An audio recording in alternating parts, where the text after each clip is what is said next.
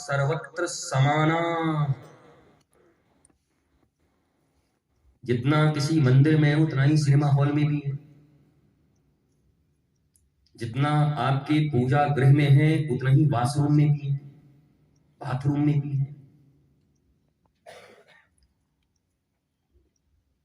जहां भगवान के किसी जय या विजय स्तंभ के भीतर वो विराजमान है, वहीं असुर राक्षस के महलों के खंभों में भी उतना ही विराजमान है प्रहलाद के लिए।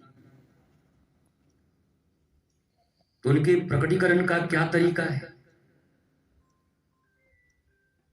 दो तीन चीजें धर्म के क्षेत्र में जान लेना अत्यंत आवश्यक है। पहली बात तो ये कि भगवान की हमें जरूरत क्या है। भगवान अपने घर, हम अपने घर, वो मौज करें, हम मौज करें। मनुष्य के जीवन में जब तक किसी भी वस्तु के प्रति, व्यक्ति के प्रति, स्थान के प्रति महत्व का आभास नहीं होता, वो उसके इंपॉर्टेंस को नहीं जानता, तब तक उसके प्राप्ति के लिए वो कोई चेष्टा नहीं करता। बाप बड़ा ना भैया, सबसे बड़ा रुपया। अब बताओ इसके लिए कौन चेष्टा नहीं करता? क्योंकि सबको पता है कि इसका महत्व क्या है। इसलिए सारी दुनिया इन प्रकारेण सक्सेस एट एनी कॉस्ट, किसी भी तरीके से मुझे वही चाहिए, सभी लगे। पद चाहिए, प्रतिष्ठा चाहिए, उसके लिए कितनी शिद्दत से लगे। पर भगवान के लिए घर द्वार परिवार संसार में भी यही लोग कहते हैं कि थोड़ी बहुत भक्ति भी कर लिया करो, थोड़ी बहुत कर लिया करो, एहसान करोगे भगवान के ऊपर। भगवान को जरूरत है तुम्हारी भक्ति की। दुबले हुए जा रहे हो, उनका स्वास्थ्य खराब हुआ है, कि तुम्हारी भक्ति ना हो तो अस्वस्थ हो जाएंगे। थोड़ी बहुत भक्ति कर लो। इसी राजस्थान प्रदेश की एक भक्ता हुई राधा स्वरूपा, जिनको हम सब जानते हैं, मीरा।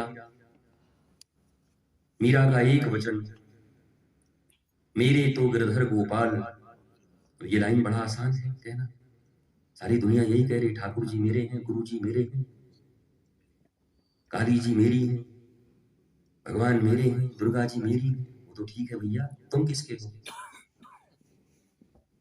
तो मीरा ने दूसरा लाइन कहा, मेरे तो गिरधर गोपाल, दूसरो न कोई। और ये इंपॉर्टेंट लाइन है, ये बेस है, आधार है। अगर आधार मजबूत हो तो बिल्डिंगें मजबूत बनती, अगर आधार कमजोर हो तो भरभरा के गिर जाती बिल्डिंग। मीरा ही में है और हम सब भी में हैं। आप भी मेरे, ये भी मेरे, वो भी मेरा, वो भी मेरा, वो भी मेरा, भगवान भी मेरा। भगवान को अच्छा इतनी अकाल पड़ गई कि हम भी में आ जाएं।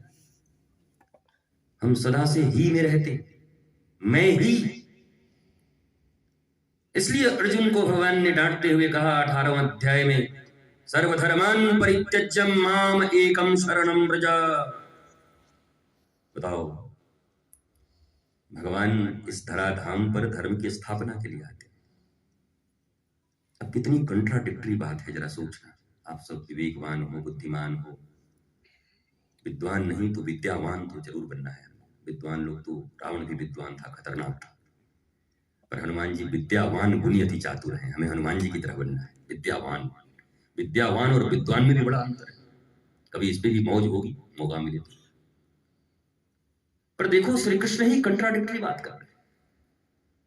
एक तरफ कह रहे हैं सर्व, मैं किस लिए आया हूं, यदा यदा हि धर्मस्य ग्लानिर्भवति भारत। अच्छा, और 18वें अध्याय में क्या करें अर्जुन को, सर्वधर्मान परित्यज्यम।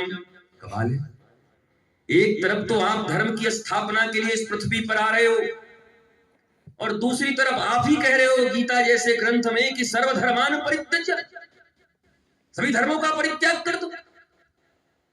हम में आप में से कोई कह दे तो हमारे पीछे लोग पड़ जाएंगे, बड़ा नास्तिक आदमी, बताओ, कह रहा है धर्म छोड़ दो। और गीता में छाती ठोक के कृष्ण कह रहे हैं धर्म छोड़ दो, पर कोई नहीं बोल रहा। श्रीमद् भागवत एक बहुत व्यापक ग्रंथ है, बड़ा दिव्य ग्रंथ है, जहां गोकर्ण की एक कथा आती, गोकर्ण गीता कहते हैं।